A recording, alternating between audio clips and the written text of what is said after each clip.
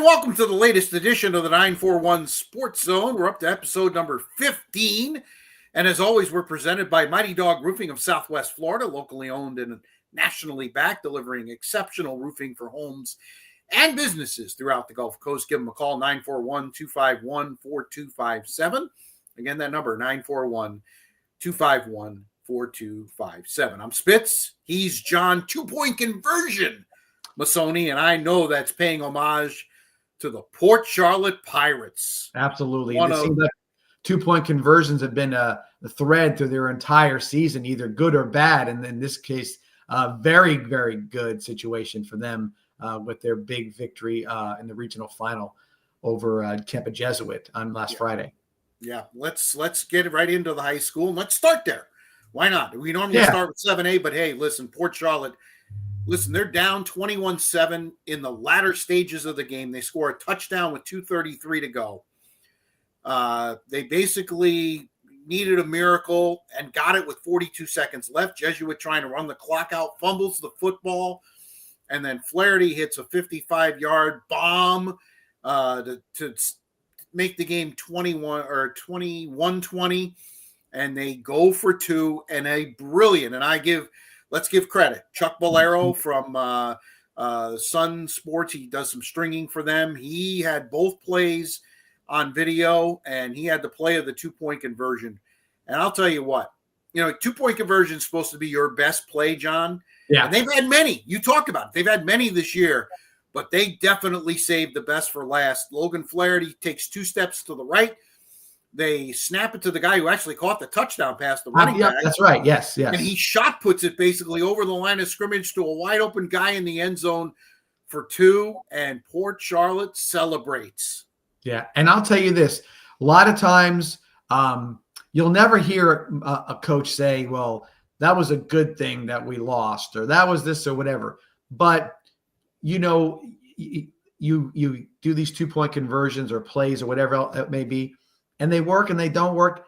But you probably, if you probably had not the 100% success rate, you probably wouldn't have done what you did and recreate that 2-point conversion or redo a 2-point conversion. At least that's how I would think it happened.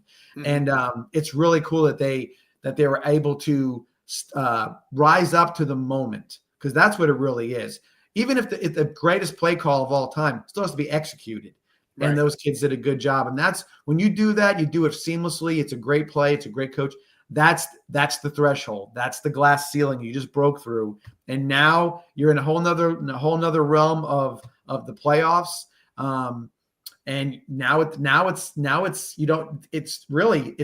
anybody's game at this point in time, especially with the confidence that they've built for themselves. Well, 3 of the 4 number 1 seeds in 4A lost. Mm-hmm. Only Orlando Jones was the 1 seed that moved on, and Port Charlotte will travel to Orlando to take on Jones High School as they're the 4th seed remaining. But like I said, at this point, seeding doesn't mean anything. Play your game, and you can definitely win. It's going to be a tough task, but hey, got that regional final. You like you said, now you're playing with house money. Right. You finally broke through, like you said. And Jordan Ingman and the gang, big congratulations to them. They were the first ones we talked to on the dais of our high school football preview. Yes. Very confident. Logan Flaherty, the quarterback, who, of course, is committed to UCF. I'm just so happy for them. I really am, because it's fun to see people that are enthusiastic about their work that they do, the kids as well, and then the success that comes with it. It really makes it all. It brings a smile to your face, because you know how good it must feel to get through there. And honestly, we were talking a little earlier, but you get past the second round, you're in that third round. Now you're in the next round, and you can start looking around and saying to yourself, well, they're good. Well, you are too. That's right. They're saying, Orlando Jones right now is saying, watch that Port Charlotte. They got a kid who's going to UCF. You can hear I can hear the banter, the scouting reports from a coach to coach kind of scenario. And so they go in there and you go in there, you play your game, and you play what you've been doing and execute it to the peak. That's what it is now. It's going to be turnovers. It's going to be penalties. It's going to be dropped passes or whatever it's going to be. So if you play your game, you have a really good chance of winning because the other team may not play their game. Correct. Also, when you start playing and stretching out all over the state, the schedule that we know, the schedule that Port Charlotte played this year is probably the toughest schedule they've played in their history of high school, of their team. Yep. Just let's say top 5. Okay, let's be fair, right? Now you're not walking to Orlando Jones and saying, well, oh my God, we've never seen anything like this. Yes, you have. Yes, you have. You just beat it. Okay. Yes. And so now it's the same thing. You got to go into it and thinking that's the way it's going to play. And this is the time where that locomotive, you want to call it that as an example, is really starting to pick up speed. Just got to get on it and keep going. Nothing would surprise me less than them beating Orlando Jones this week. You were on the call of the Class 7A regional final at Powell Davis Stadium, 5th consecutive regional championship for Venice, 41-22 over Sumner. Was close early. Early second half, Venice kind of stretched it out and kept Sumner at arm's length. This doesn't, we just talked about Port Charlotte getting over the hump. Right. With 5 in a row. Doesn't get old. John Peacock. Listen, this team was 3-3 at a crossroads. Riverview coming to town, pounding their chest, undefeated. Took care of that game, and ever since then, it's been a different team, Venice. Yeah, it has, and I will say there was about an 8-minute time period in that game. I mean, 8 actual minutes, not 8 football minutes, but 8 actual minutes where it was chaos. It just seemed like nothing was going right. They seemed to lose their cool a little bit. And it was like you thought to yourself, okay, well, was this going to be the time where you just sort of lose it? And the answer was no, because you know what to do. Get it together, figure it out. And they scored 3 touchdowns in the first 6 minutes of the second half to pretty much take over the game at that point. But Sumner brought in a defense that was as chaotic as those 8 minutes were for the entire game with the 8-9 men up in the box, blitzing from different places, causing you to really try to, work around what they're trying to do. The passing game was a little off for the Indians because a little bit of that pass rush that was getting to Darian Jones at quarterback. But the composure of the coaching staff, the running game, the physicality of the Venice Indians beat out in the long run over Sumner. So Venice will now travel to Lake Mary in a rematch of last year's state final game, which Venice won 51-19. Lake Mary is going to be jacked for this. They've probably been waiting for a year, seeing that they're still in the same, classification.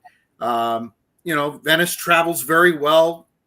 Fully expect great representation up in Lake Mary. Interesting that Port Charlotte and Venice are going to be about a half an hour apart. We got to go past them on the way to where we're going. Yeah, absolutely. And, this is the Indians are no stranger to winning games on the road in the playoffs.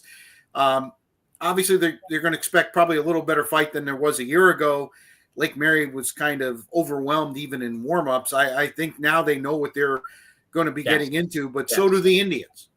Right. And again, a great quarterback. I understand is a good wide receiver for them as well, but they're going to play good defense. They're a well-coached team. To beat DeLand and DeLand playing that exotic offense that they play is no small task. I can promise you that. Great coach and Rick Darlington up there, who's a former Popka coach, legend state champion himself. So they did really hand it to tip of the cap to Lake Mary to get past that game in particular. But yeah, I mean, it's this team this season, it almost seems poetic that we're going to go on the road instead of being home on a 4th game, because I think that's sort of how this team is. The makeup's a little different. The way things have come, it's going to be a little different. Embrace the difference. The travel will be, I'm sure they haven't figured out just yet. Or maybe they have, but you got to get up there early. It's going to be a 7:00 kickoff. I was just informed of that today. And they did that last week too up there. We were getting scores before we started the broadcast for the game against Sumner, so we knew they were a half hour ahead of us then. But yeah, you got to sit in a bus through traffic. You're going to be, whatever it's going to be. But I honestly believe that that there's something to it. If there's anything about this team, it's that it's not standard cookie cutter Venice High football team. It's a little different. from how they've gone about it this year. So we'll see. We'll see how it goes. Should be a great time. I'm sure that they're going to be packed out at that place for sure.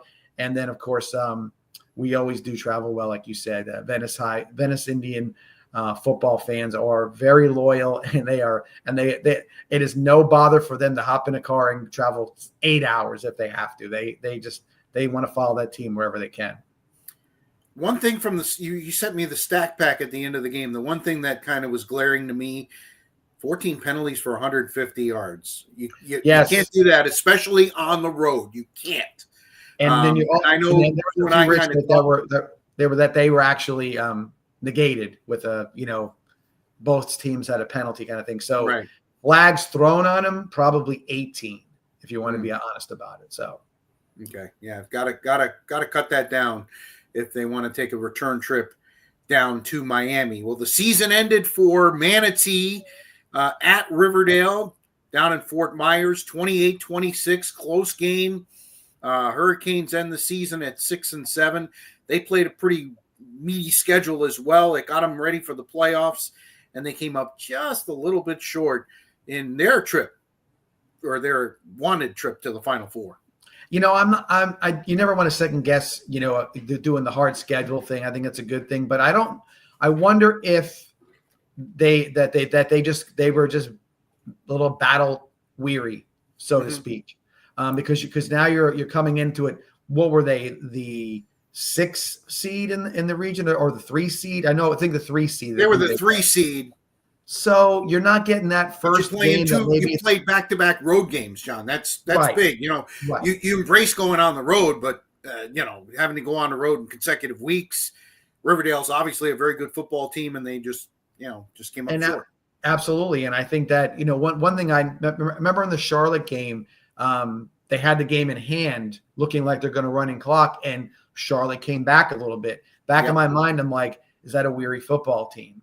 Mm-hmm. Is that a team that's maybe looking for a breath? Maybe Charlotte will just roll over and that'll be the end of it. And it didn't happen that way. So in this particular case, I tipped the cap to the going for the schedule side of it. I think that maybe you might tamp it down a little bit next year. And maybe that schedule took its toll on the Hurricanes. 3A Booker, little trouble with Nature Coast Tech, 50-14 at Tornado Alley. That is a loaded. The fact that they're the 3 seed as they reseed, and they're going to have to travel to Reigns yet again, which was a tremendous semifinal last year in which Reigns won 28-23.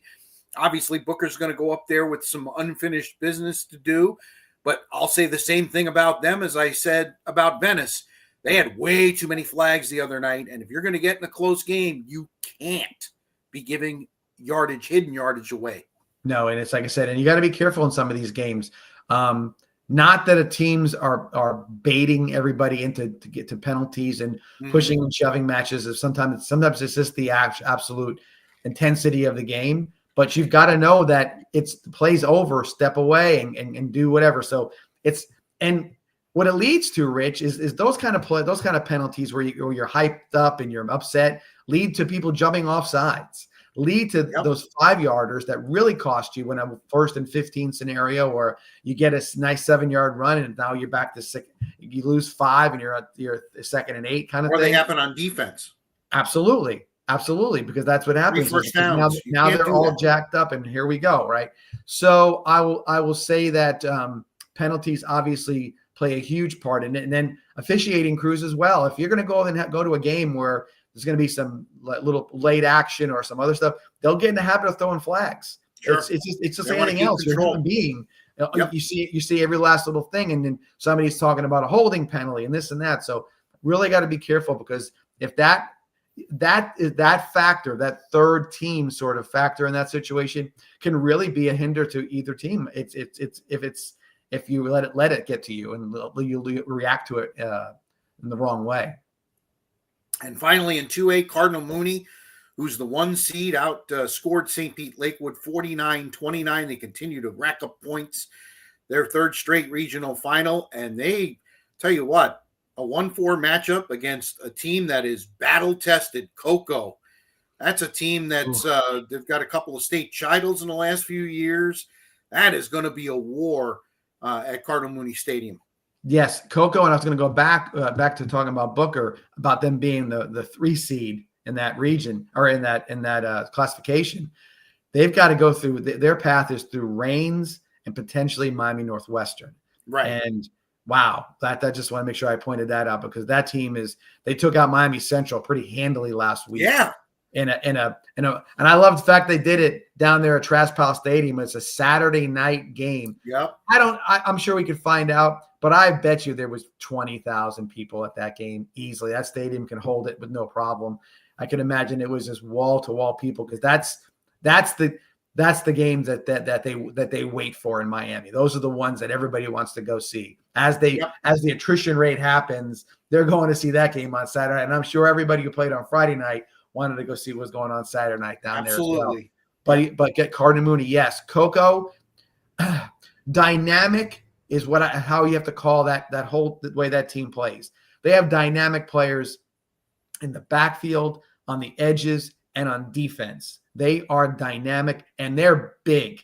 I mean, they're big like you think like, oh, look, the 7A schools are big. No, this Coco team is big. So I know Mooney's there again. They've got through that threshold. They're beyond. They know what it's going to require. But Coco is a really tough team, and then they may have to face the Bowles Academy down the road as well. Which all they did is win the most state championships in the state of Florida up until maybe a year ago, or maybe they're still tied with St. Thomas Aquinas. I know Aquinas was sort of climbing with their, what are they at, 5 straight state championships? I believe so. Yeah. So that's there. But no, it's great to see though. That's what you want to see. You want to see Mooney versus Coco. You want to see Booker versus Rains. You want to see Port Charlotte versus Orlando Jones, who won a state championship. That's what you want to see. That because those are the games. I always tell people. I said we all graduated high school. Like you and I did. Our stuff. But you talk about remember.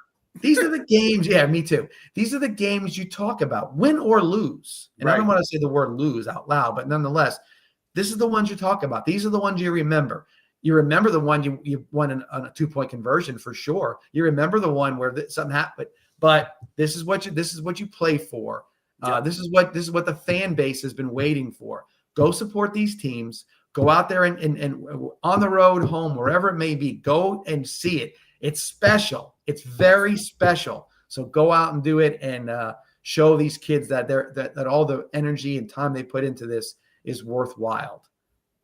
Absolutely. All right, there you have it. The high school recap. We have 4 teams in the 941 with an opportunity to head to Miami the following week. This should be some great football, and of course, we'll have a complete wrap up on the next episode of the 941 Sports. Yeah, and we'll run down all the state championship matchups as well. I know they're having one this week already on the rural side. Schools. Yeah, it's Hawthorne versus I can't remember. I wish I could remember. Hawthorne is a perennial power in the world, and they are the favorite according to some people there. So we'll have that final as well.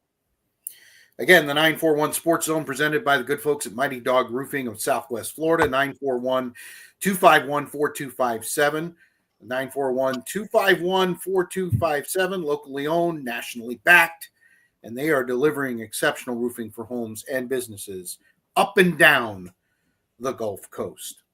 Okay, let's see if we can keep this under an hour. College football on the field.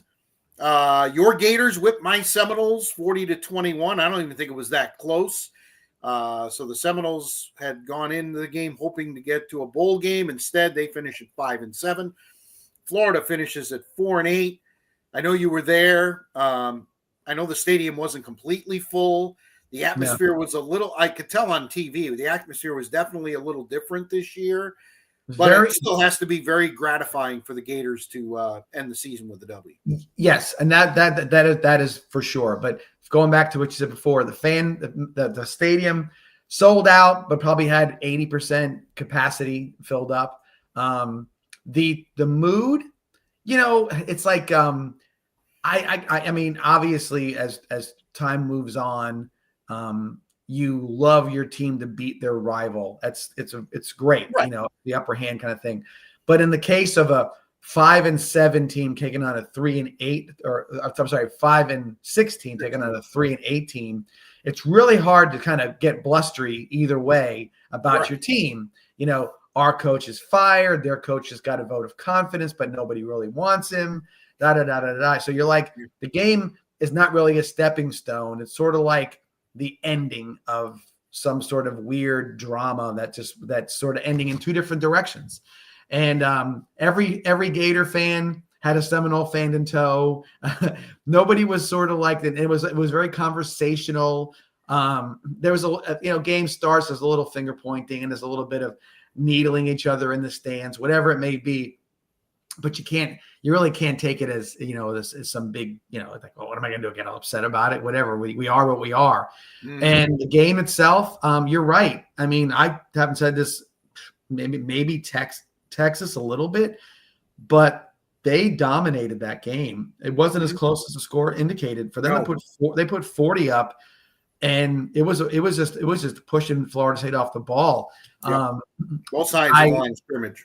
And the thing is that, we can talk about all the different problems. I mean, from Florida with Scott Strickland being sort of an interesting bird at AD, to put it mildly, to the financial troubles that Florida State has. Mike Norvell might have his job only because finances aren't enough to get him bought out of his contract. Right. To the fact that there was that the coaching hire scenario at Florida was all in a big to-do because, there's the folks that really wanted Lane Kiffin. Understandably, I understand the point of that, because on field, he's a genius offensively. Off the field, he's a wackadoo that you got to deal with. A lot proven even more. I mean, he took this to levels. Originally, the decision was going to be early Saturday, then it was going to be late Saturday. Then he was going to meet the team early Sunday. That got backed up to 2:00. I mean, he never met the team. You know that he never met the team. He never met the team. They said finally, Keith Carter, I think his name was the AD. Yes, said no, you don't need to talk to them, because I think that, and I give him credit for it. If that's your stance, the Bo Schembechler, I want a Michigan man stance to coach my team, then you want a Mississippi guy, then you go ahead and do it. And I think that Kiffin's reaction to it was a bit of surprise, disappointment. What did he disappointment? expect? I think. If he's surprised, then he's really not in tune. Well, that's what I'm saying. I don't think he is in tune. I think he lives in his own bubble. I think he thought he was going to go. I think he wanted to coach the team through the playoffs. Absolutely, and the kids wanted him. Afterwards they did talk about it, but in the end, the adults in the room have to make the decision. And I thought Carter made the right one. You just can't, and I thought Scott Van Pelt did a great job on SportsCenter last night. Listen, it's a divorce. Right. Do you really want to be around through Christmas because of the kids? And no, so you want him to have another month to recruit all your players to come to LSU? You just can't. You can't do it. You mentioned Scott Van Pelt. I'm going to mention something else. Marty Smith interviewing Lane Kiffin at the airport in Oxford was the best bit of sports news TV I've seen in 5 years. It was spectacular. Yeah. Because first thing Lane Kiffin said, I don't know if you saw the whole interview. The first thing Lane Kiffin said was, I can't believe you off-roaded to get over here to get to me, gave him credit for that. And Marty Smith has been bird dogging him the whole time. Yep. So, so there's no doubt about that. But he caught him at a raw moment where you saw the good and the bad of Lane Kiffin all come out at once. And you saw the bright, articulate coach, and you saw the crazy nut also. Every part of his character was shown in a 5.5 minute interview, and it was spectacular TV. It was because Kiffin was just being Kiffin, and he was visibly upset. He said, I wanted to coach that team. I thought we could work it out. I told him I wouldn't even do anything with LSU. I told him I would do nothing, no anything, no phone calls, no nothing. I want to coach this team. And he said, no. And then Kiffin said, well, and he said, look, Lane, he says, I have to live in this town. Correct. You're leaving. Yeah. So if I'm going to give you a guy who just absolutely ripped the hearts out of those fans, okay? Mm-hmm. You said about the players wanting him, but the fans got their hearts ripped out. And you're going to stand there and they're going to be, cheering for you. It's hard to get there. It's really hard. And what Lane's going to find out is that the next time he goes to LSU, from LSU and goes to play Ole Miss, they're going to boo his ass right out of there. They're not going to be. By the way, is next year. Right. So the thing is that he's Ole Miss. And that's the delusional side for him. Oh, I hope they remember all the good times. Sure they do. And I can tell you, listen, I was never a huge Urban Meyer fan because I thought he was a carpetbagger. I thought that he was going to do what he did, which was come through, do what he had to do, win his championships, and he was going to leave you high and dry. Okay. And I won't sit here and discount the fact that he got sick. I won't discount the fact of any of that stuff. But Florida fan had their feelings hurt because we put it out there and you gave us some good years. And then you said, oh, no, I can't do it. I'm sick. They talked him back into 1 year. He kind of half-assed that year, got through it. And then at the end of the day, it's about being sick and spending time and everything else. And he pulls a Michael Jordan. He goes to 2 weeks later, he's the Fox analyst.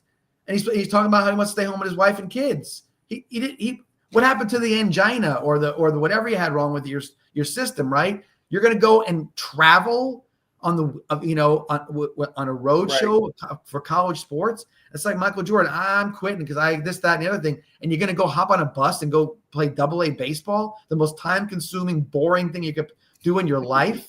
And you're going to do that. So it's the same story. And it wasn't anything about that. You were escaping a situation that you created for yourself. You're escaping the idea that you were, that you created a monster with Aaron Hernandez and whatever else was going on at that time, right?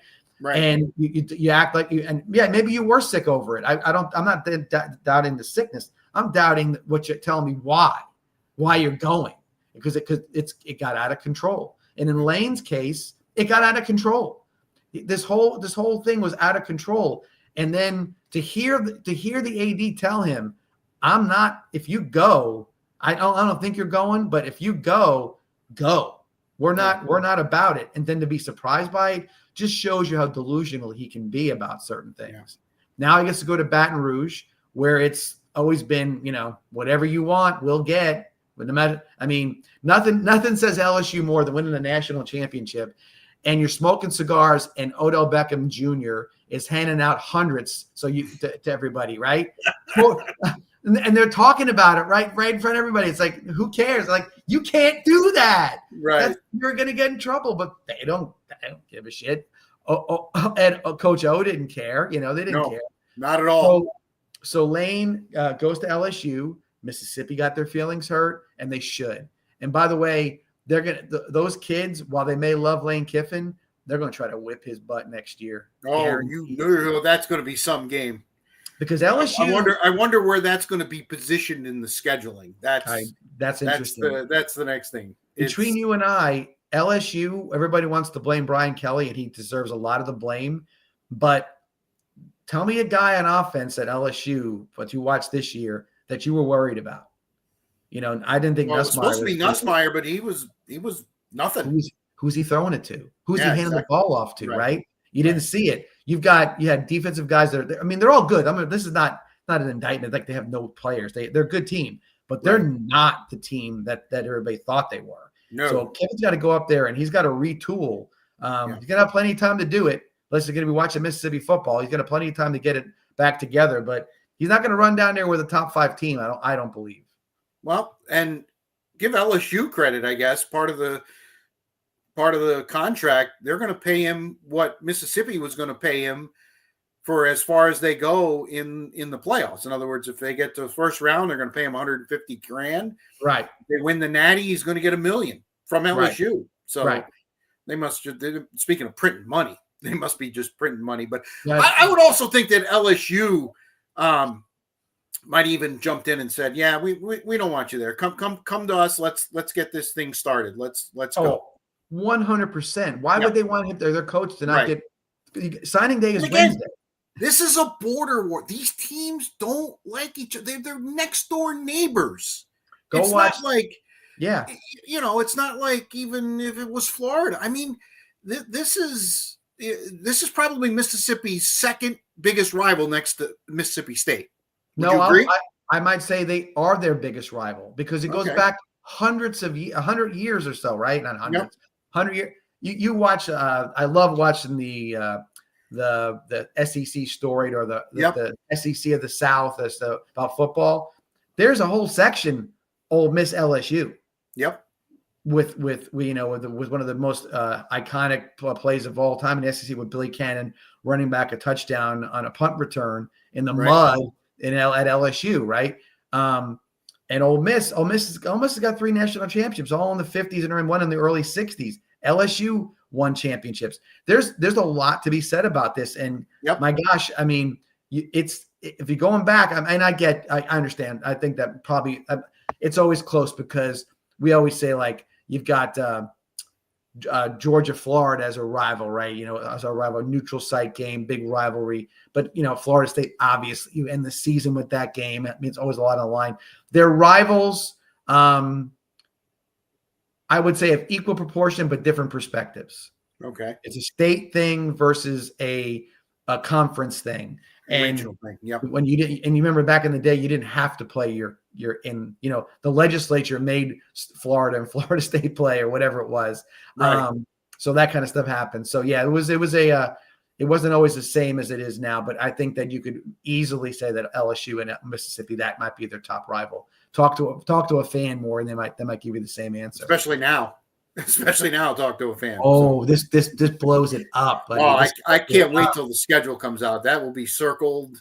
That ticket will be extremely hard.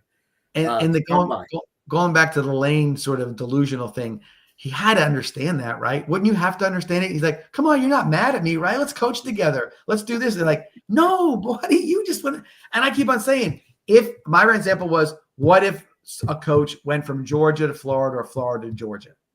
Okay, so you're going to walk across the field and now you're on that team. There's no way that there's not a lot of animosity, a lot. Well, Billy Napier apparently is, I don't know if he's paid or unpaid, but is definitely been hanging out with Kirby Smart. And I'm sure that's that's what you want to do, then go ahead and do it. Not going to be forgotten. So Florida pretty much by Friday had said basically they were out of the Lane Kiffin sweepstakes, and they turned their attention to John Summerall, the coach at Tulane, who's done a tremendous job there. They signed him on Sunday as all this stuff actually before Lane actually made his announcement. Yes. Interesting choice. I've seen a lot of stuff on message board. Gator fans not happy. No. Some saying Billy Napier 2.0 because he's coming from a group of 6 conference. Maybe not the Sun Belt, but certainly he's coming from the AAC. I'd love to hear your thoughts on this, John. Have you read his resume? I have. It's actually pretty impressive. Well, I'll say this to you. At the division, at the Power 4 level, he was an inside linebacker coach and an assistant DC at Kentucky. Okay. Goes on, does well at Troy, does well at Tulane. And grant you're right. It's not. It's a step up, not a major step up, but a step up nonetheless. He comes into it as a defensive-minded coach or a defensive-oriented coach, knowing full well that nowadays in college football you've got to have an offense, an innovative offense. So all that being the case, and Scott Strickland hearing it. Listen, Scott Strickland's is probably not hearing it on X. He's hearing it on his cell phone from the $15 million donor who says, what the hell do you think you're doing? We did this and it didn't work. And he said, same tone, same everything, not a dynamic speaker, not anything, that kind of thing. Where are we going with this? So much so that Summerall had already to address it by saying, I'm going to go out there and find the best and we're gonna have the best offense in the country. We're gonna be innovative. We're gonna be reckless, whatever you want to call it. We're gonna be all these different things. So they already had to address the problem with the boosters and the fans a day after they made the announcement. So Right. So they understand that the fan base is not bought into this situation. No. Okay. And then everybody looks around and says, well, this is typical of what Scott Strickland does. He likes to pluck the guy from the lower ranks because he's getting him on the cheap. Right. $7.5 million a year, 6-year contract. What did Lane get? $12 million a year. At how many years? 7 years. 8 years? 7 years? 7 years. Okay. Yep. So half the money outlay is there. So when I see that, know what I think? Well, at least the buyout won't be so bad in 3 years. You know what I mean? Because Right. why you got him on the cheap, right? You got him at 7.5. It's probably more money. He's probably happy as hell he got that money, right? Yep. But if he's good, it ain't going to be 7.5. If he does well, within 2 or 3 years, they're going to do the extension, right? Yes. Just like they do with Mike Norvell. And we know how that's worked out for Florida State, right? It has. Yeah, thanks. Appreciate that. Well, but I'm just bringing up the things that I know. is gonna say. So where do you win? Where's the win in this? Where's the best thing about this?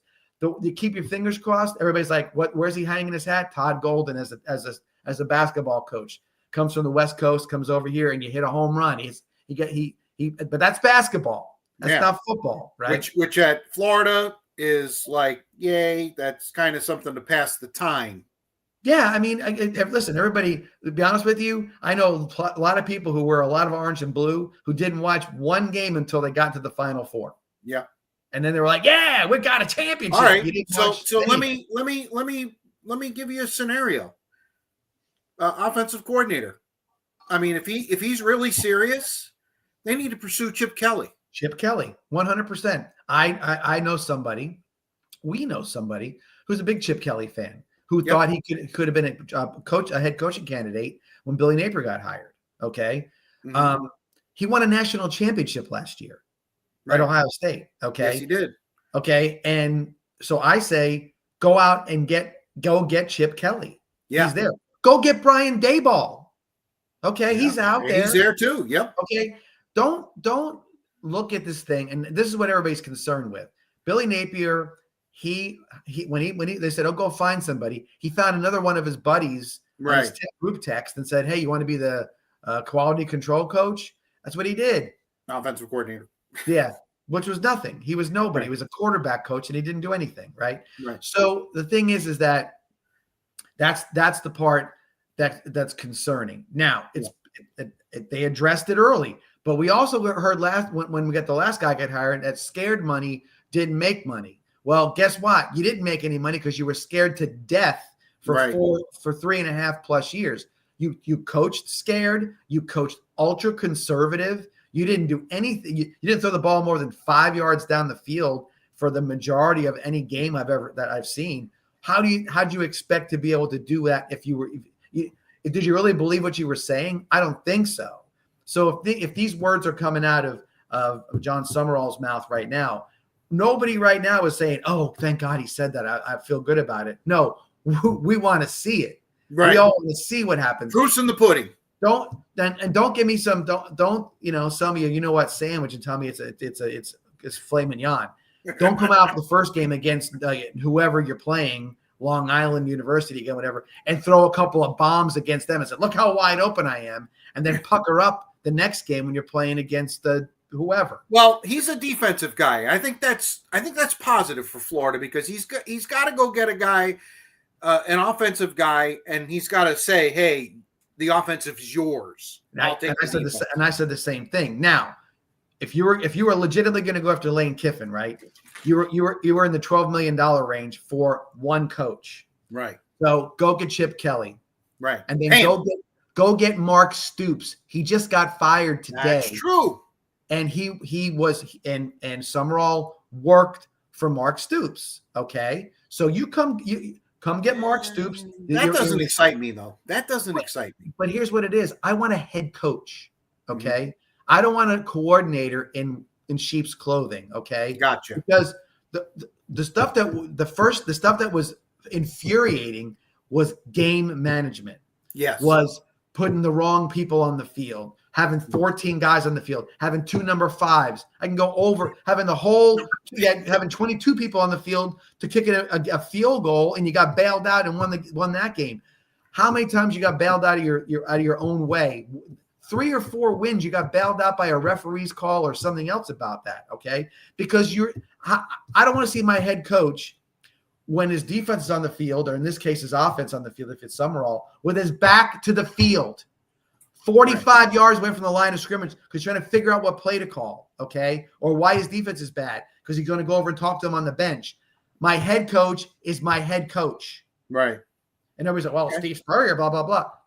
That guy was never not into every part. I was going to say that. And that's also 25, 30 years ago. Come on. Absolutely. Absolutely. And I'm living it now. Lane Kiffin calls offense, but he's in the middle of everything. Okay. Yep. He's a high energy guy. I'm not going to deny his on-field prowess, so to speak. But I want to see 2 guys, because you want to have trust in the guys that are working for you. And you want these kids to respond to these people. If Mark Stoops comes in and Chip Kelly comes in, they might have to call their parents to find out who Chip Kelly is. But guess what? You know what? When they find out, they're like, oh, really? Yeah. He's that guy? Okay. We're good with that. Like you said, he's 1 year off a natty. I mean, and he has no desire to be a head coach that I can see. Right. He wants to be a coordinator. Come to Florida. Everybody else retires here. Why not you? I love it. I would be on the phone right now. Hey, Coach Kelly, I'm John Summerall. I'm here to talk to you. I want to get things started. We got a signing day on Wednesday. It would be great to know if you want to come down here and coach with us. We can start telling these kids you're coming, and we're going to be running, the most innovative offense the NFL's seen in a while. College, you were breaking all kinds of records, whatever. You won a natty last year as an OC. We need you. We need you. So I'd like to see that happen. All right. USF. They cooked Rice 52-3, and that turned out to be Alex Skolish's final game with the Bulls. Finishes at 9-3. Rumors were running rampant late last week that he was heading to Arkansas, but apparently he wanted to go to Auburn. And Auburn, since it's interesting because Auburn wanted Summerall, but Florida took Summerall. So now Auburn was open. And they said, well, we want Golish. And Golish's wife apparently is from Arkansas. And I think that's where a lot of people were putting putting 2 and 2 together. But Auburn is a much better job, in my opinion, than Arkansas. And good on Alex Golish. And I think he'll have Auburn back in business in a couple of years. I like the move for Alex Golish. I think that's a great spot for him. Auburn needs an offensive reboot as well, and I can see that being that this is it's a good deal. I think it's good for him. I think expectations are going to be realistic. Let's just say I don't think it's going to be over the top. Right. So I think there's something to be said about that. I like it a lot. Hate it for USF. I thought Alex Golish could put this team on his back and get him into the ACC or something along those lines. Agreed. But I think with the new stadium and the resources that they have from recruiting, I think you're going to find a quick hire. I just don't know where it'll come from. But if they are as smart as they were with Alex Golish, then they'll be just fine. Well, Rob Higgins is the GM now over there. Yes. And, he's well thought of. He's a mover and a shaker. I mean, he got a Super Bowls in Tampa. He's got the Frozen Four coming every other year to Tampa. Okay. Right. So, he knows what he's doing. I would not be one bit surprised if he's already talked to John Gruden about maybe coming back. No. That's a great hire with them because USF, anybody who comes there is going to be there for 4 years because they're going to feel good. They're going to get plucked out of there. Why not John Gruden? He's right. What is he? He can drive to around the corner. He's right there. So I would 100% give John Gruden a shake at it. 100%. Question is it going to be big enough for Gruden? So we'll have to wait and see. Well, he's trying to get back into good graces. I know eventually he'll want to get back into the NFL, but I mean, he gets to stay home and, bring his GM in. what would be a bad thing if John Gruden coached 2 years at USF? Just say 2 years, right? And Rob Higgins says to him, Coach, we want you. This is this is a no-brainer. We're gonna have a new stadium. If you want to go, great. But because what I'm going to be doing from now and for while you're here, just so you know, I'm going to be taking notes on every good coach I can see out there. So when you decide, or if you decide you want to pull stakes, I got the next guy. Okay. Well, you want to get 3 years out of him. You want to get him the first year in the new stadium. That's what I said. Yes, and I think that's a big thing. Miami made their case, went to Pitt, and beat the brakes off them, 38-7. Good on them. Stunned. I'm stunned by that. Well, they absolutely. I'm like, I was like, what? Are you kidding me? Yeah. I expected Pitt with Narduzzi and everything else in the weather that there would be no way that was not going to be a win for Pitt, or at least a better game. Jesus, that wasn't even a good game. Nope. So Miami, that game right there, and I've been very, I'll say anti-Miami, tepid might be a little bit, sure, but now I'm going to say you have a legit deal here. You went out there and put it to them, and I did not expect that whatsoever. Beat them more than Notre Dame did. That was everybody was talking about that. They beat Stanford more than Notre Dame did. You know, you're going to start playing the schedule game, but here's the problem. The ACC championship game, all SMU had to do was go out to Cal and win. They didn't. So they end up in a 5-way tie. Right. And who gets the tiebreaker? Duke. How in the world is, and there was like the 5th or 6th tiebreaker. How in the world is ranking not one of your tiebreakers? I don't know. The ACC, the commissioner just for that ought to be fired, because he could have just said, oh, you know what? All right, the highest ranked team goes. Miami goes into the championship game, and that gives them a legitimate shot to be in the playoff, play in Virginia. But it's Duke. It's Duke, and they might get what they might reap what they sow, because if Duke wins that game, John, the only thing that's guaranteed is the 5 best conference champions. Right. James Madison will be better. Right. And the AAC champ will definitely be better and higher ranked. If Duke wins that game, the ACC could get shut out. And listen, I was going to mention this. What the ACC for years got bailed out by how bad the Pac-12 was. Yes. Okay.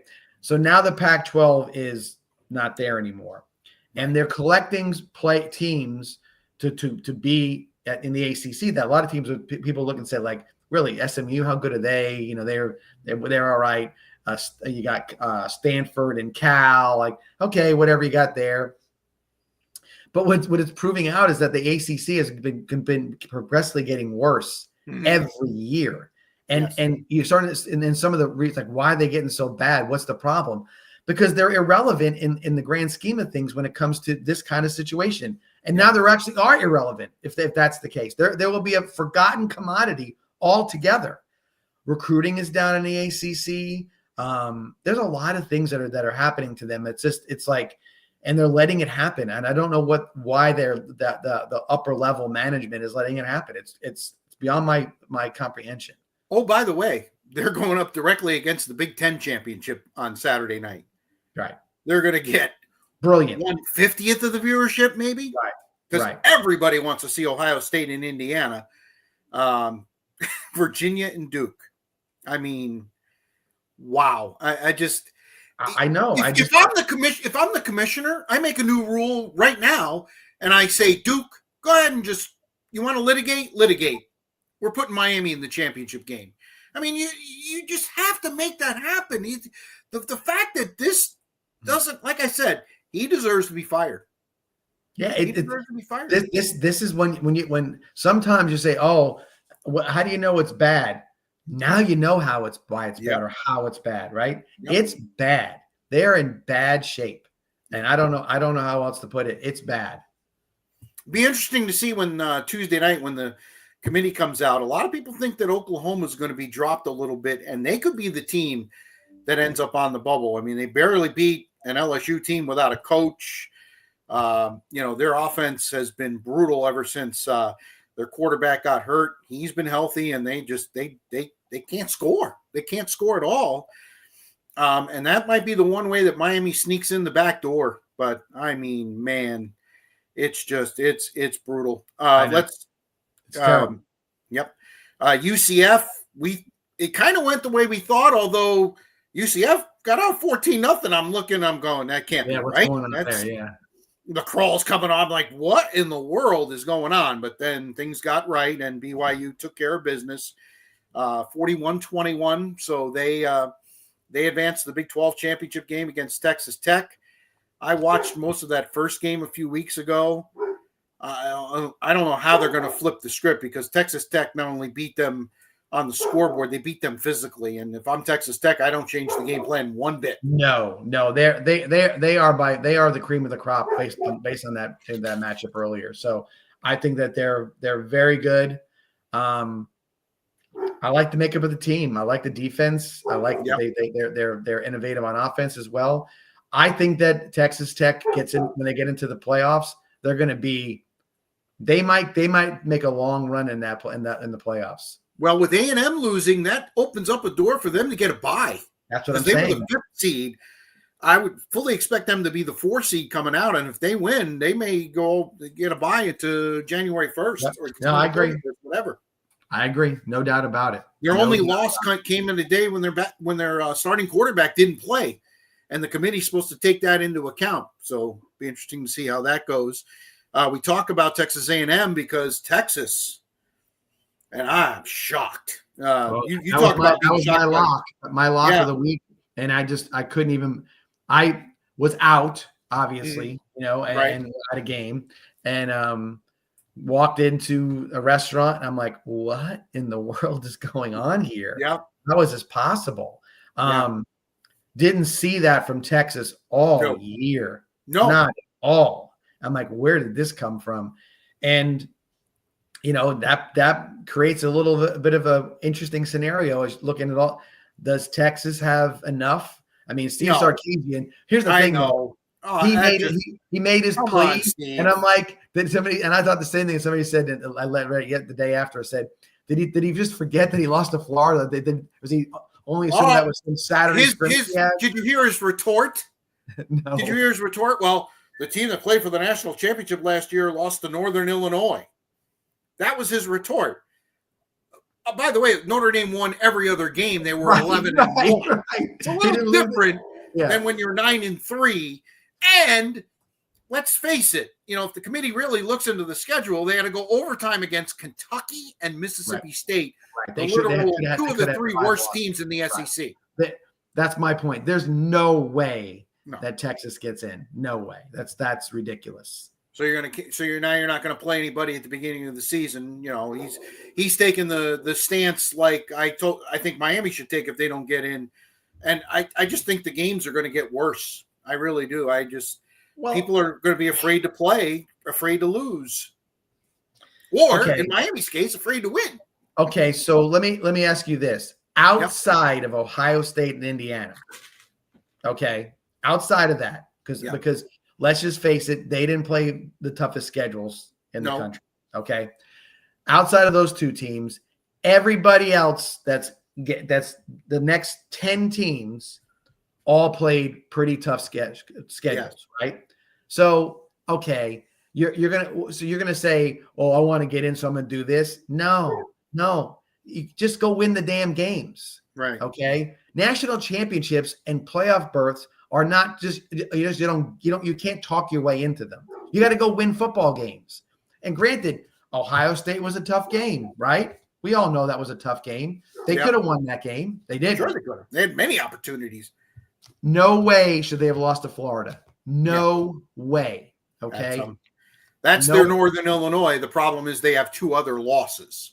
Right. And I just so you can't just skip over it and then try to spin it around. No, don't give me that. I think he's drinking. Listen, I give Sark credit. He's sticking up for his kids. He's sticking up for the program. Yeah, I get it too. But I mean, you're in the end, take your what is it called? New Year's Six game and Yeah. enjoy. Okay. Go. Enjoy the experience. Right. Enjoy the paycheck and let's move on. Let's just face facts. Texas looked bad in 7 games this year. Yes.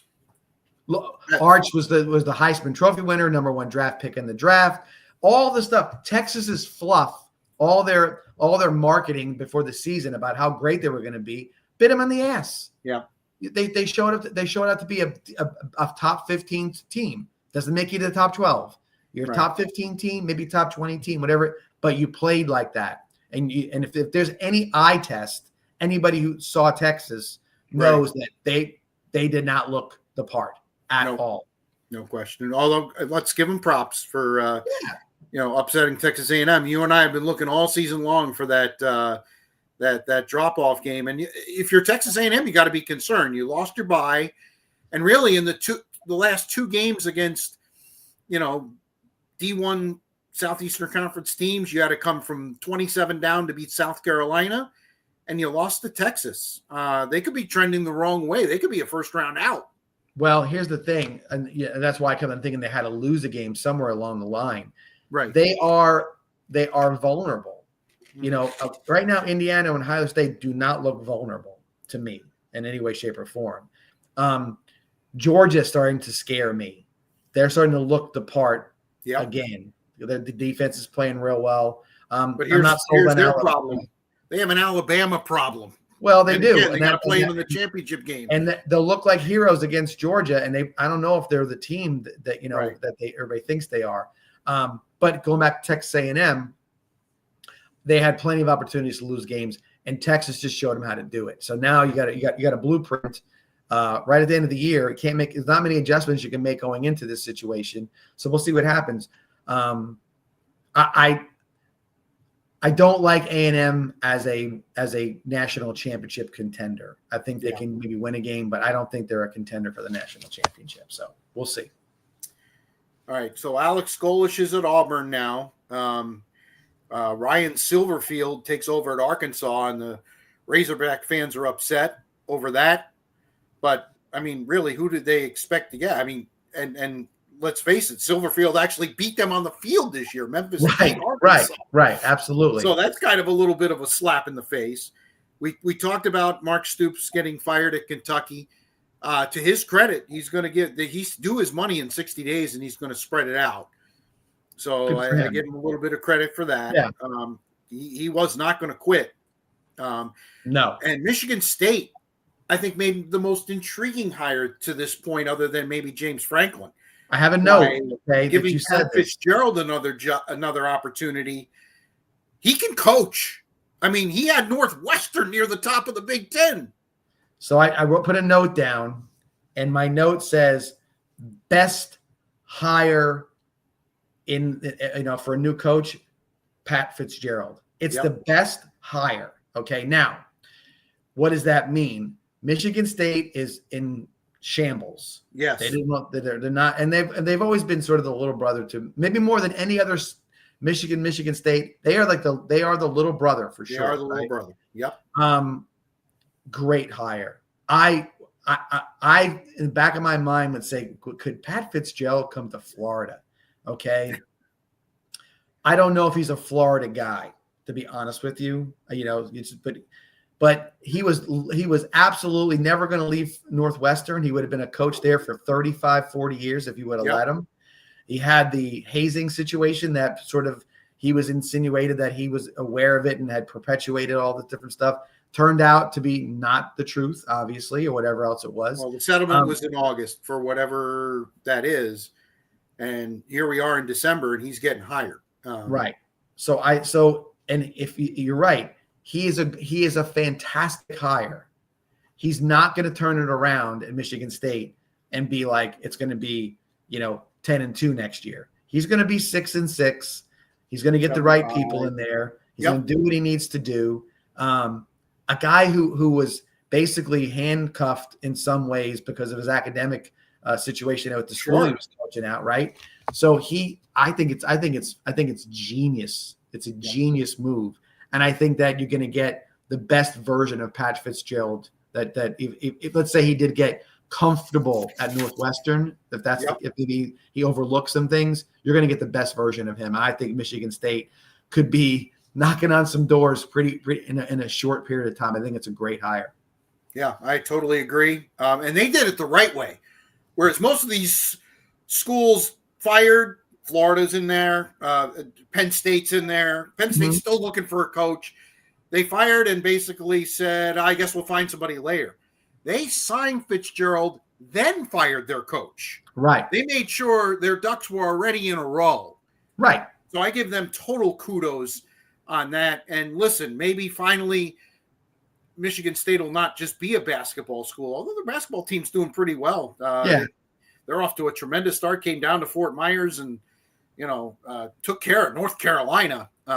And we'll talk more college basketball as we get into as time moves on, for sure. January and February. But that's a team to watch, Michigan State. But the big argument, especially amongst alumni, was, hey, we don't spend the kind of money on the football team. I think they will now that they've got a coach that again, this guy won at North. I don't think it's kind of like Clark Lee winning at Vanderbilt, except except great example that Fitzgerald did it before NIL, so he did it with his hands supposedly tied. I mean, I got to imagine there's Penn State fans looking and saying, like, why didn't we think of that? You know what I mean? The guy was there. But that's what I was saying about Florida, about, okay, and again, I'm not trying to indict Summerall as a bad coach at this point, but why didn't you get that? You heard me say about Dabo. You heard me say about I thought that, I know looking at watching Mike Tomlin again yesterday, thinking how much longer has he got in Pittsburgh, right? But would he? If the fans had their way, he'd be gone today, right? So, but I look at certain situations and people, why there's other places to look. You can look at different things. You can look at some stuff. I mean, they wanted to mention John Gruden as a candidate, which I thought he wasn't prepared for that job, but there's other people who could be. And of course, now you get the guy who's, we got the guy on the conveyor belt, so to speak. You know what I mean? Oh, here he comes, and boom, we'll see what happens. He could be the best coach of all time. I don't know. But the process didn't seem creative enough for me, and Michigan State was definitely there. And Penn State, talk about not creative. They were the first coach to fire somebody, and they're still waiting. I mean, a lot of people thought Bob Chesney would move over from James Madison, but it seems like as we record, he's going to be the coach at UCLA, which again leaves Penn State holding the bag. Matt Rule said Penn no. State fans that are not happy. I have no idea where they're going to go with this. I have none. None. I don't think they do either. No, if at some point in time, NIL is going to come. I mean, the portal is going to start up. And if I'm a player and you can't find nobody, what am I doing here? Well, James Franklin's already raided the cupboard. Of course, a lot of commits. That's what I mean, leaving it wide open. Going to Virginia Tech. Yeah, I tell you. All right, we got, like I said, the conference championship games. Alabama, Georgia's the SEC championship. We already talked about the Big 12, BYU, Texas Tech, Virginia, Duke, Ohio State, Indiana.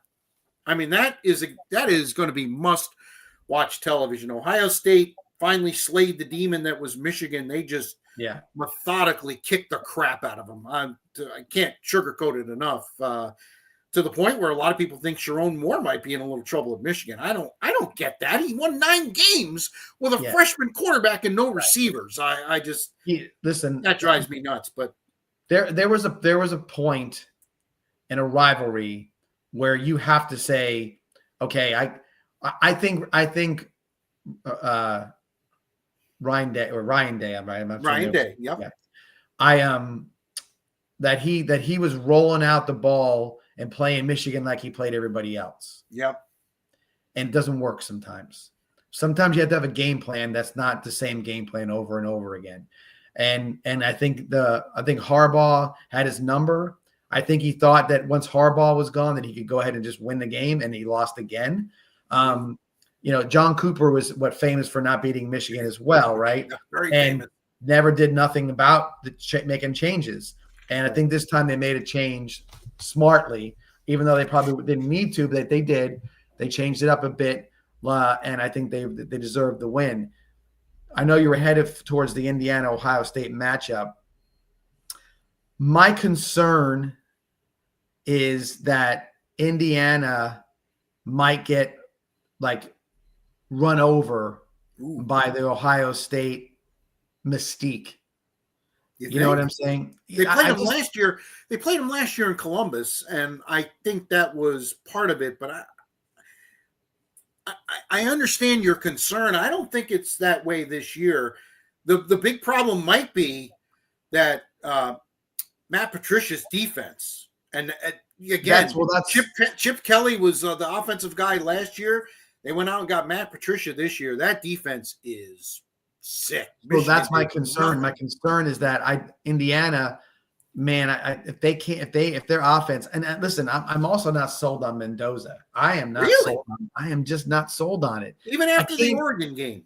Well, I think he's a good quarterback. I just don't think he's a top 5 draft pick in the draft. I mean, here's what I don't understand, and we're getting a little off track here, but. Yep. Who was the number? What was the draft order? Who were the quarterbacks that were going to go in the draft on September 1st? Nussmeier, Arch, right? Yeah. Mm-hmm. Lenore Sellers. Yes. All that's 3 of them, but there's 2 more we could throw out there and let get out there. It wasn't Mendoza. Yeah. So how do 10 weeks of play make it that much of a difference in who that guy is? Okay. Okay. Well, going to Oregon and winning, and then the throws he made on that final drive against Penn State. Those were the throws that probably are going to win him the Heisman, actually. So I guess my point is that so he's going to be a guy that's going to go into the NFL. Okay. And you're going to sell your fan base for the New Orleans Saints or whoever else is going to be there and say, hey, but the guy played great against Oregon. I don't know about that. I don't know if he's got he's all that of a guy. I think he's playing for a very innovative coach. I think the Big Ten is a 2-team league at this point. Yeah. So my thing is going to be, how does he play against the other good team? Okay. Because Oregon was good, not as good as I've seen him in the past. This is going to be, if he's the guy, if he's this guy that they're all of a sudden he's being anointed, because of this one great year, and here we go, he's the guy. Then let me see what he does in this game. It concerns me because I think Ohio State's going to just bring the house on him. We'll see what happens. I'm not an Ohio State fan. For the game. I'm hoping for a great game. Yeah. Whoever wins. Yeah. But I don't want to see a 31-3 or a 38-10 game. I just don't think. I hear you, John. I just don't think. And I'm an Ohio State guy. Listen, and they had a slate. I mean, the way that game started against Michigan, with a long drive for a field goal, and then first pass that Sayin threw was an interception. Right. But the defense bowed up and held them to another field goal and let the offense try to get on track.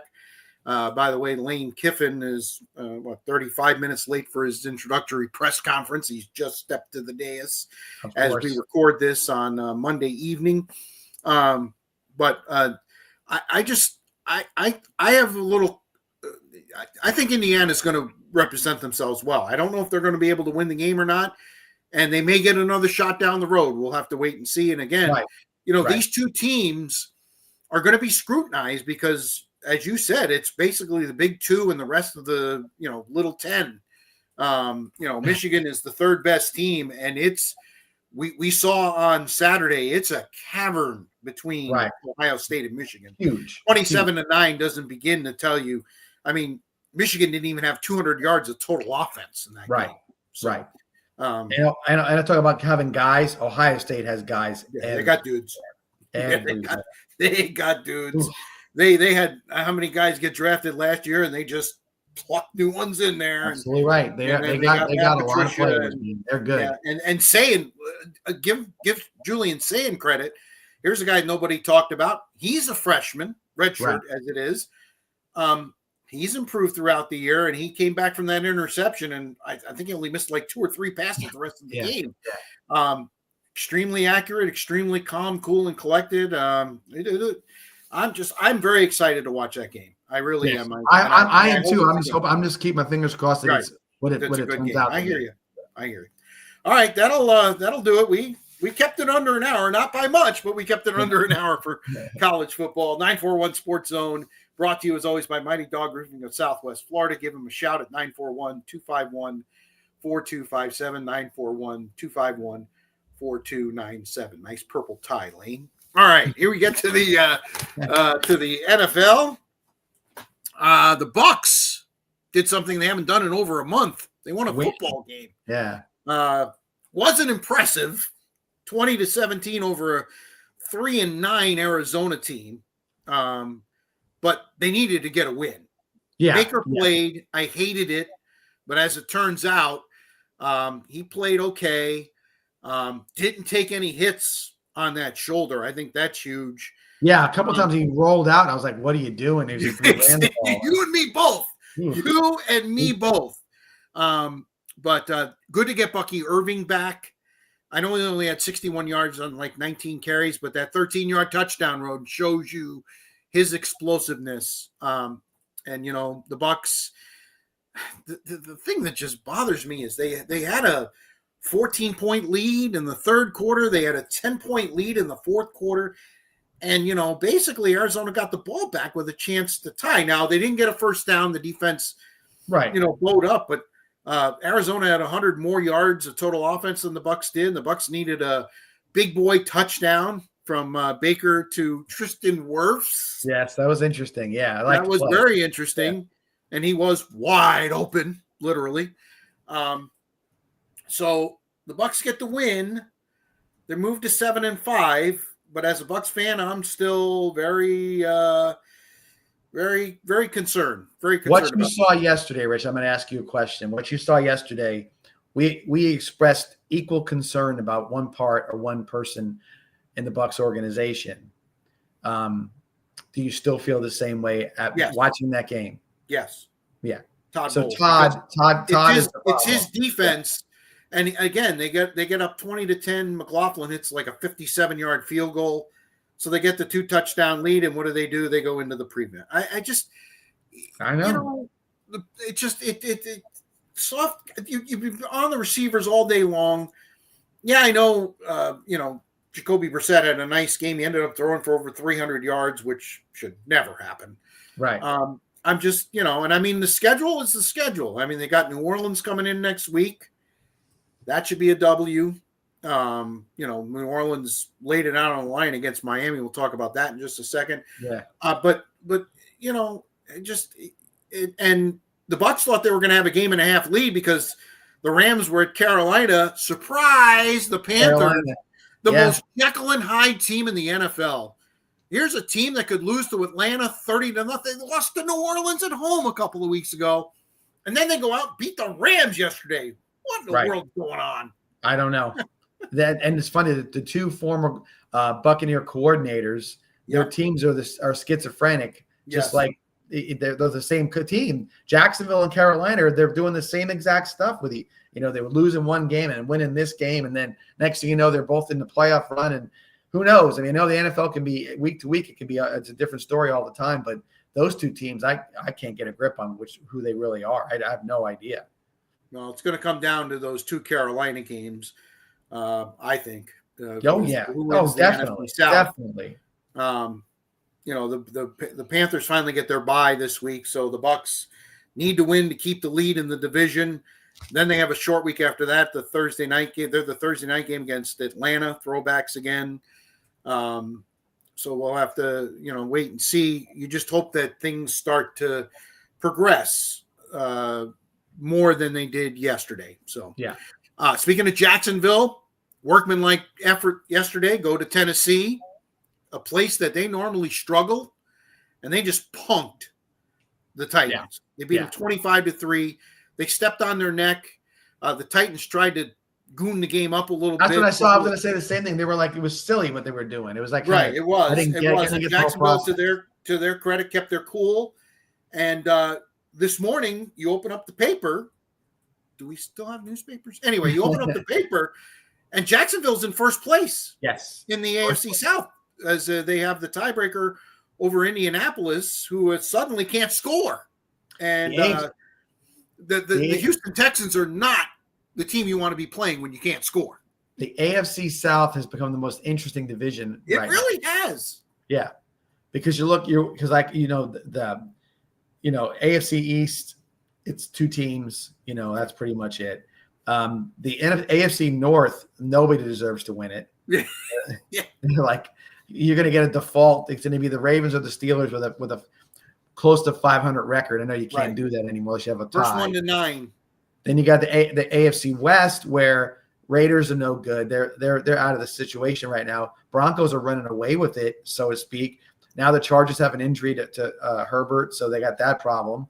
There's no doubt that's the interesting division now. Now it went from being the one that you didn't want to watch to the one you have to watch. So interesting enough that's where that's turning around. And Houston has just turned things completely around, winning 5 in a row, getting to 7-5. They're a game back. And the most important thing that Houston's done, they're 4-1 in the division already. So it's looking like they might be the team with the tiebreaker advantage if we get into a situation like that. Houston's defense, I would be petrified to face them.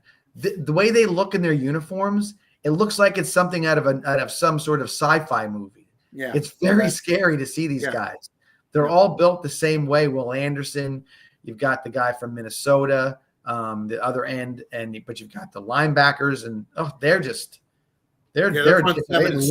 just look different. Yeah, their front seven is sick. Yeah. Buffalo got back on the winning track, throttled Pittsburgh, ran it down their throat. They had a different game plan. They said, Josh, you're going to take the day off. You'll score a rushing touchdown. You'll break the record for most rushing touchdowns by a quarterback. But James Cook and Ray Davis, both of them, ran roughshod through Pittsburgh to the point where at the end of the game, basically the fire Mike Tomlin chants were loud. Yes, no doubt. I will say this: Josh Allen wasn't asked to do a lot, but he ran his mouth more than he ever has, probably, because he can't shut his mouth. I'm telling you, Rich, this is why they're going to lose, because he can't shut his stupid mouth. And then like Hayward said, Hayward's the guy's like, he's like, isn't he like NFL Man of the Year? Yeah, something like that. Yeah, right. And he's like, he can kick me in the stomach because but I can't do nothing to him because he's a quarterback. You know what I mean? And then we can't headbutt him. Come on now. That's. But then Allen says, he was on top of me. I couldn't get him off of me. Well, what do you that's what he does. Then he wants to run his mouth and chirp. And then when he does, he turns around and then one of his offensive linemen steps in there. You can't be that guy. If you saw that guy in a bar, okay, and he's running his mouth and some guy stepped in between the two of you, you're like, really? That's who you are? But really, that's who he is. Yeah. And that's the part that just drives me nuts about him. And I can't imagine a whole roster of football players, okay, on the Buffalo Bills are thinking what he's doing is cool or it's fun or it's great. Maybe a few, but I think the guys that are professionals are looking and saying, one day I'm just going to turn around and somebody's going to knock him on his ass, and I don't care if they do, because he needs to get his knocked on his ass. That's the problem. He's a big guy. That's the thing, it would be funny almost if it was like Baker, you know what I mean? But this is the guy who wants to put his shoulder down and get carried in the end zone by the blockers, and he's going to get up and spike the ball and then laugh in your face afterwards. Okay, you're a big guy. Let's go, big guy. You know what I mean? You're doing it behind 10 other guys, and you're going to call me. You're going to say things to me and do things to me, and I can't touch you because you're under the veil of the NFL protection of quarterbacks. I don't buy that crap. I don't buy it at all. Stupid. Your Jets scored 10 points late in the game. Wow. Nick Folk with a 56-yard line drive that just got in the corner there, and Thank you for the help, by the way. I think you just basically sent Raheem Morris packing. Surprised he's still the coach. I got to be honest with you. I agree. I mean, again, they look at the Jets. There's been the addition by subtraction that they have done. They're 3-2 in their last 5. Is noticeable. Yep. Okay. But Atlanta, this is what they've done. They find ways to lose games. And Kirk Cousins is Kirk Cousins. He's an average quarterback making above average money.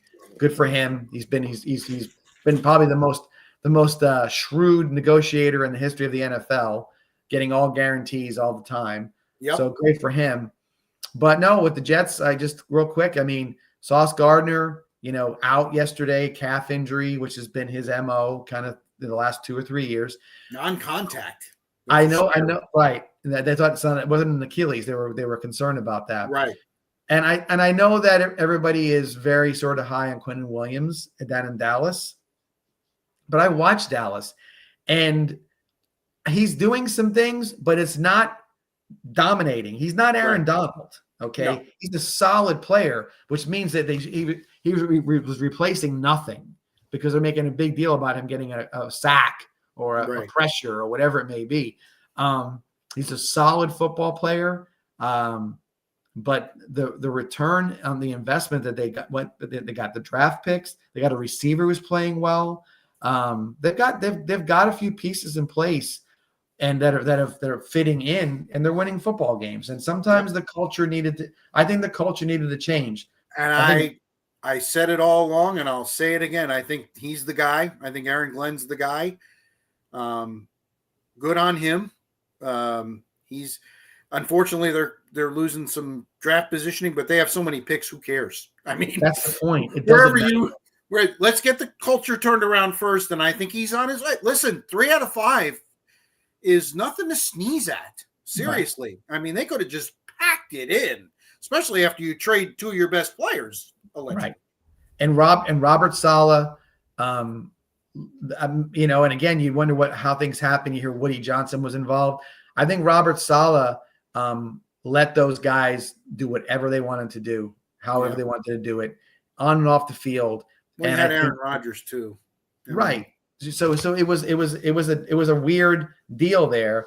And now you look at it and say, the NFL is the most team-oriented sport you're going to see. And you're seeing a team now. You're not seeing a bunch of guys trying to get Pro Bowls and probably ads in New York TV or whatever else it is. Right. And now we'll see what it comes of it. It's interesting to see. I think it's great to see. The games on Thanksgiving were all really good. Green Bay put Detroit on the precipice of not making the playoffs. Packers get the win in Detroit. Dallas at home did the same thing, in my opinion, to Kansas City. Kansas City's got Houston coming up on Sunday night. I don't think Kansas City makes the playoffs this year. I think I think they're out. Well, they don't win Sunday. I think you're done. I agree with you, because I think you might have to get to 11, and for them to get to 11, they got to win out. And their schedule's tough. Right. Yeah. And then the most intriguing game, Cincinnati destroyed Baltimore. Reminded me, John, this reminded me of games in the playoffs. Cincinnati defense is run. They suck. They're like 31st against the run. So what's Baltimore doing? They're throwing the ball all over the yard. What? Is John Harbaugh that thick-headed? I mean, seriously. You have Derrick Henry. Yes. That he only gets better after 15 carries. Right. You can't figure out a way to get him the ball. Yeah. Because that's what I don't get. But this is what it is. Again, I like Lamar. I think as a player and a. But I think he's a little dinged up too. That's the other thing. He's now how many years in the league now? 7, 6. I mean, let's say 6. Okay. No, it's more than that. I'm pretty sure. Okay. I'm gonna look it up while you talk. Right. Go ahead. So he's got that many years under his belt.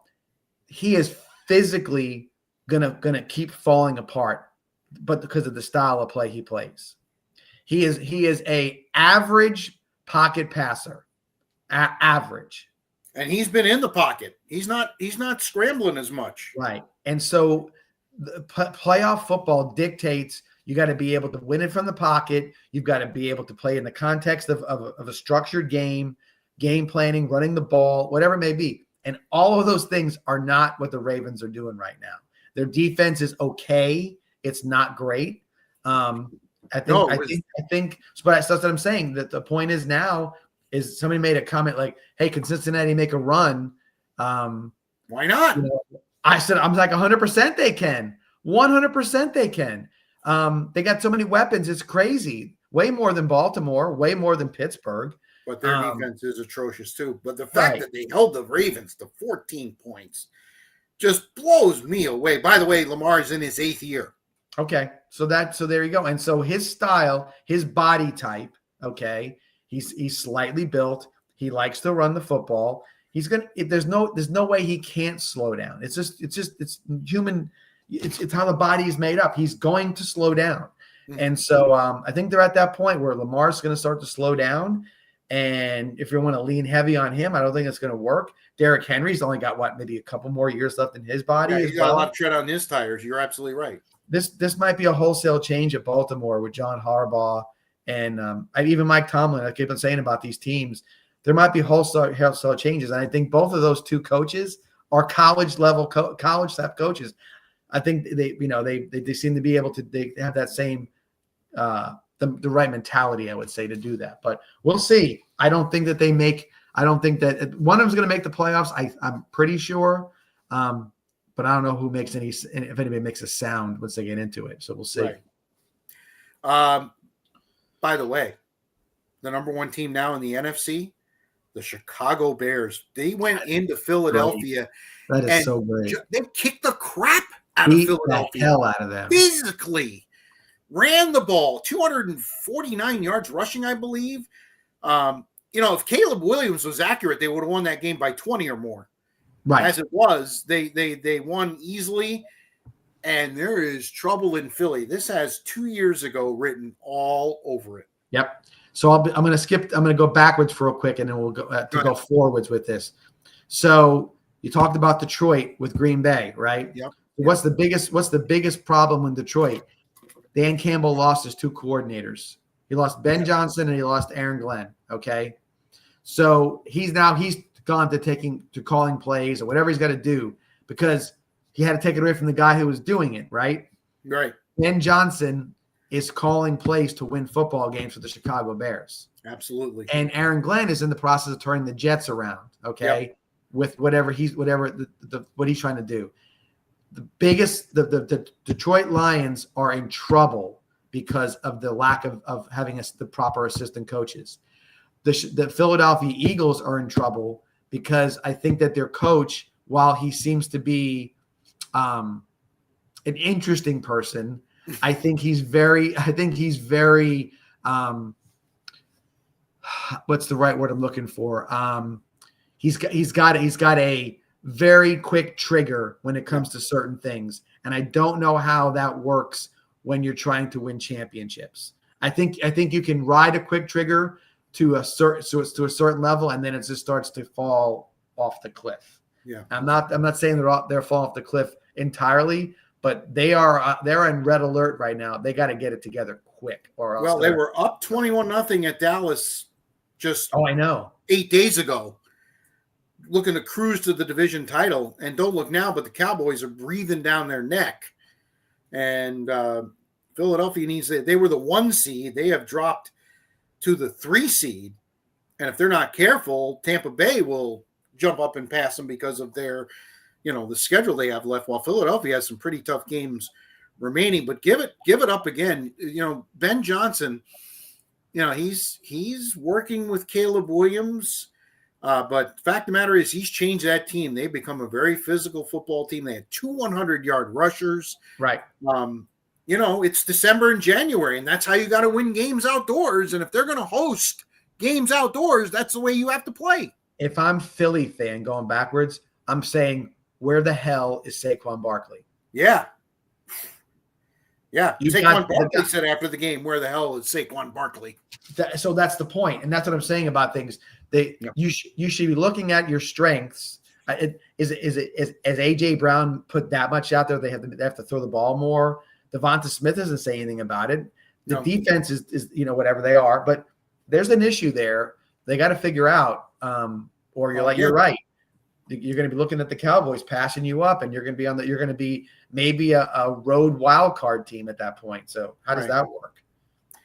The team with the lucky rabbit's foot up their ass this year is the Denver Broncos. No doubt about it. No Knicks. Again, they play a game against Washington, a team that they should handily beat. They have a lead late. Washington drives down the field and scores, takes it to overtime. Denver goes right down the field and scores, takes a 7-point lead. Can't keep Washington out of the end zone. Washington, rightfully so. I mean, at that point, with that little time left, you go for it. Yeah, you go for two, especially with your record. Yeah. And it takes great defensive play. Basically, an audible was called on defense, and they blitzed, and they got in the face of Marcus Mariota, 27-26. That's 9 straight for Denver. And at the moment, they are slightly ahead of New England, who, as we record this, is going to play the Giants tonight. So probably New England, if they can get their 10th in a row, will go back to the pole position in the AFC. But certainly Denver, it's not pretty, but they're stacking W's. Right. I agree. Yeah. Games this Sunday. I told you about Bucks New Orleans. Jacksonville hosts Indianapolis for first place in the AFC South. All good games in the AFC South from this point forward. All good games. Yep. Will Sauce be able to play? That's kind of big in that situation. Yes. The AFC North first place is on the line as 6-6 Pittsburgh takes on 6-6 Baltimore in Crab Cake City. So that should be interesting. Cincinnati travels to Buffalo to take on the Bills. If they're going to make any noise, they got to just keep winning. Chicago is at Green Bay. They can almost put the division to bed if they get a victory in that game. Yeah, I think it will be. I think that'll be the end of it at that point. It'll be up to who's ever going to get a wild card. Sunday Night Football, Houston is at Kansas City. That is a game with lots of intrigue. Boy, the Chiefs are, going to have to face that Houston defense, and Houston got knocked out of the playoffs. I know last year, was it 2 years ago as well against Houston and the Chiefs, but Houston's definitely looking for payback. Plus, they're just playing really good football. In the Monday night game is Philadelphia in LA to take on the Chargers. It's interesting. You mentioned Justin Herbert's injury. He's actually having surgery today, but he expects not to miss any time. He expects to be there Monday night. It's his non-throwing hand that he broke a bone in. So to me, I get it that he wants to play, but I would be very, very careful with a situation like that if I was San Diego. That's a deal where you got to protect your asset and don't let him be able to talk himself into something that just a week would be okay, a better situation for him. So we'll see. All right, time for best bets. I'm back on the beam after BYU winning and covering late to get to 6-4. You mentioned earlier you had A&M, who was upset by Texas, so you're 5-5 on the season. I want to stay college. I want to get to. Me too. I'm staying college also. I'm gonna go. Oh man, there's 2 games that I really. This is good. I'm going to see if you're on the same path I am. Go ahead. I don't want to be that guy. I already was that guy. I took Alabama over Georgia back in the regular season. Are you one of those that believes, by the way, that Alabama's in, win or lose, even if they get to a third loss? Yeah, I think so. I don't want to see the conference championship. You know what I mean? Cost somebody. Yeah. I mean, the conference championship games will go away as quick as you could say. Right. Greg Sankey. Yeah, he'll be like, I can't do it. No, you can't do it. Yeah, you can't do that. I'm gonna. All right. I'm gonna say Texas Tech takes care of BYU again. So you're thinking about the same thing I was thinking about, because I Yeah. was thinking Texas Tech, and I was talking about and then Alabama Georgia game. So but I'm going to do this. Yeah. I'm going to take a risk. I'm going to take Georgia over Alabama. Okay. All right. Okay. I'm going to take Georgia over Alabama. What I saw against Auburn and what I saw the flip side, Georgia against Georgia Tech, I thought that Georgia looked like the more playoff ready football team. They're getting their stuff together. Definitely. Right. And if Alabama's defense was better, I would think they give Gunnar Stockton a harder time, but I don't see it. So I think Kirby's got a little magic elixir going. I think it's time for them to win a game. If they don't win, Georgia doesn't win, and Alabama wins, Georgia's just I think it's going to they're going to spiral off of this. It'll be a bad sign for them. So I'm picking Georgia. Georgia. Right. There you go. So do we know the number? I didn't look at the number. You know what? It's conference championship games. We're just going to pick winners. That's fine. Okay, we'll do that. Perfect. So you got Georgia. I got Texas Tech. And I can't imagine it's much on my side. So, and I think Texas. It's fine. Yeah. All right.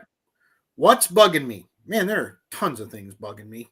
Well, then you go first then this time. You go ahead. You want me to go first this time? Because then I got to narrow it down. Oh, well, all right. So I'll give you mine. Okay. Okay. And I've sort of I thought about it last week and didn't want to say anything. And but now I think it's not really anything that's got me over the top frustrated. I think it's human nature in some ways, but I don't like how high school football has turned into a game where if you're the underdog or you're whatever in the game, that you go out there and want to create havoc, pushing, shoving, name verbal, right? Because you got nothing to lose. Okay, right. It's your last year you're ever going to play football. So what does it matter if I throw a punch at a guy, and near the end of the game get thrown out, and he throws a punch back at me, and then he can't play the next game because he did that. Right. You would hope that everybody would be able to not let the player would step away and realize at that moment that he has a lot more to lose than his pride, so to speak. I don't like it. I think it's to the point where you really have to figure out whether or not the handshake line is something that you need to keep doing, because quite frankly, the handshake line is 55 fistfights ready to break out. Right. Especially and I bring it up also not because of anything that happened with Venice or anybody else, but all over the state and all over the country. And look at how the last year's Booker Reigns game fell apart with stuff like that happened. And it was you don't want to see it happen. There's always going to be certain things that can happen in any game, but when it's built into the idea that this is sort of what you want to do, sometimes the sidelines will get a little bit chirpy and things like that. I think it's wrong. I think that shouldn't be something that's perpetuated. It shouldn't be something that has to be talked about, but unfortunately it is being talked about around going into these games. Not all of them, but in some of them they have to say, hey, don't fall into the trap. Don't let somebody bait you into something. Why would that be the case? If you're coming in and you're the underdog and you're coming in to try to win, or you're trying to just cause trouble for somebody else. To me, I think it somehow needs to be addressed. And the one thing you can address is that handshake line, because that's where things seem to be, where they overflow. And back, nowadays when you walk out, NFL, college, they just walk out spontaneously. You're not regimented. You're not forced to do something that maybe you're not ready to do or able to do. So to me, it's bugging me that is part of what's happening at the high school sports level, and that it has to be addressed in any way, shape, or form. But unfortunately, it does. Yeah, totally agree. And it stinks, but it's the world we live in 2025/2026. It really is. There's nothing that's cool or fun or anything about it. It's just something that unfortunately seems to be permeating around the country, for that matter. All right, I'm going to go. What's bugs me every year at this time, and that is the other 8 million divisions of football, and I say that, I'm going to go FCS, Division 2, Right. Division 3. Sure. They can set up a bracket and they can play it off on the field. There's no, it's by records. There's very few at-larges. Every other division can have a playoff. Right. Whereas, the FBS, we have all this politicking. We're gonna be glued to the television Tuesday night, to see exactly who's where and how things are set up for the conference championships. They don't have conference championships in FCS. They don't have conference championships in Division 2 and Division 3. And you know what? Everything works out just fine. And there was a tremendous first-round game between Yale and Youngstown State. That's what I'm looking up right now, just because you were talking about it. Yep. Yeah. Youngstown State got out to a huge lead. Yale with a humongous comeback. And they ended up catching the Penguins 43-42 in round 1. They move on to the next round. I don't understand. And I know, sorry, let me rephrase that. I understand. It's all about money. Right. It's 1,000% about money. But I love the purity of the Division 1 AA. I'm going to call it that. It's FCS. Right. Division 2 and Division 3 playoffs. You know what? They get down to it. They go to it. I love the fact that FCS has moved their championship game back into the middle of January. Perfect. They've done really everything. It's amazing that the NCAA isn't even involved with it, because how perfectly it's run at those lower levels. It's perfectly run. It's been that way for years. Yes, it has. But you're right. It's only been about money, Rich. It's only been about money. And that's the sad part. My suggestion, don't lose the conference championship games, but they should have no bearing on the seeding going. If you want to have a championship game, and it's not an exhibition game at all by any stretch, but whatever the rankings are right now, as of this moment, that's how it is. It's frozen. No matter if Georgia beats Alabama, it doesn't matter. They're the champion of the conference. Hang the banner. But your ranking is based on how you ended the season, not an exhibition game, because there's too many things that happened where Alabama didn't play in a championship game and sat out and benefited from not playing in the championship game. Yes, they did. At some point in time, the coach is going to say, I don't want to play. I don't want to do this. Like you're saying, you actually have to. The ACC is in peril of not having a team. If they just did the rankings and let those two teams play for a championship, then you're fine. It's not about the champion. It's about the best teams. Right. And I think that's they could, if they could do that and maintain that championship, and they could somebody still hangs a banner, then great. Yeah. So you're right. You're right. I'll be following all the other. I follow them. There are some games that are on TV. It's fun to watch. But we don't have 13 people in a room trying to figure out, who belongs here and who belongs there. It's just what's funny? Organic.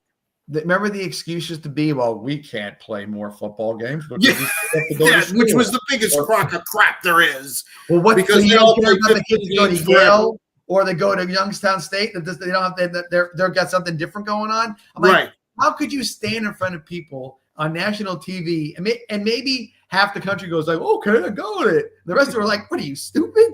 How can you tell? That's how stupid it was. They're telling you something that they had control over other levels. They were doing it that way already. It's stupid. It's stupid. Totally agree. Ridiculous. Yeah. All right. So that's our What's Bugging Me. Again, big thanks to the folks at Mighty Dog Roofing of Southwest Florida for being our sponsor of the 941 Sports Zone. Episode 15 is in the can, or you can take it to the can or whatever. Anyway. So, before you go, I want to say everything. All kudos, all good luck to all the four area teams left. Yes. Booker, Cardinal Mooney, Port Charlotte, and Venice. Nothing better to have 4 teams in the state championship. That's what I'd love to see. Yes. So everybody out there, for home games, get yourself to those games. Special moments, special times, and Port Charlotte, come on, follow that Venice bus trail is heading up there. We'll block for you to get up there, but go watch that game. You're going to talk about it for the rest of your lives. Go to the game, and if you win, you'll be talking about that one and the next one for the rest of your lives. That's correct. And I'll say this to you, Rich. I mean, there's no consolation prizes that anybody feels good about. But if you make it to the state championship, make it. There's something to that. That's huge. It's a huge deal. Yeah, absolutely. Do they got a TV deal yet, or is it still private? Does Sun Sports NFHS network that's doing it. Okay. But they do it. They do a more polished. They don't put one camera with no announcers. They have to actually hire people. Okay. FYI, like we were like, what if they hired us? You know what I mean? But I don't know. He could do it. Francis could do it. Our guy, he could do it. But I don't know. Yeah, I think you have to have a little bit more. Yeah. I was talking about the state championships because I know here in Massachusetts. No, state championship. We're talking about that. I'm talking about. Okay. Because I know here in Massachusetts, I believe it's Nesson. If it's not Nesson, it's Boston Sports. They do all the games. The games are out at Foxborough and Valley did a fantastic job when they did it.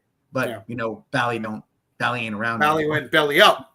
Right. Valley ain't around no more. So that's what happened. But I mean, but again, it's a subscription. You got to pay for the $13.99 or whatever it is. But they do it. They did a really good job. Graphics were good. Everything was fine. They had good announcers. So they did a nice job with it. It's just that you got to find it on YouTube. You got to go out there and find it out on that app. It's not. And again, nowadays with TVs, everything is about YouTube or whatever subscriptions you have. Yes, it is. You get it on your TV and you watch it with a lot of people love it when they get to watch their team. They can't make it to Miami, right? And they can watch it on the 85-inch TV in the living room. It's kind of fun. So they'll enjoy that. So we'll see how it progresses. What's an 85-inch TV? My biggest TV is 55. And I'm currently watching 32. I have friends who have TVs that are ridiculous. They need help. They need a lot of help to get those moves around when they move them around. Yeah, no doubt. Yes, they do. All right, that'll do it for this edition of the 941 Sports Zone. We'll be back with you next week. We record live on Mondays, and then we distribute it Facebook, YouTube, everywhere you can get your podcasts. We look forward to next week. They're finding it, Rich. They're finding it a lot. Yes, they are. Yeah. Yes, they are. Good. We appreciate it. We really do. No doubt. So tell your friends. And we'll look forward to doing this again next Monday. And ahead of championship week down in Miami, we'll also give our by then, actually Sunday is when they do the selection committee. So we'll have all that information next week. We'll have all that stuff. Absolutely. And we'll probably talk a little bit about signing day next week because that's coming very up true. Wednesday. Yeah. Very true. All right. Take it easy. For John, 2-point conversion, Michoni. I'm Spitz. Till next week. So long, everybody.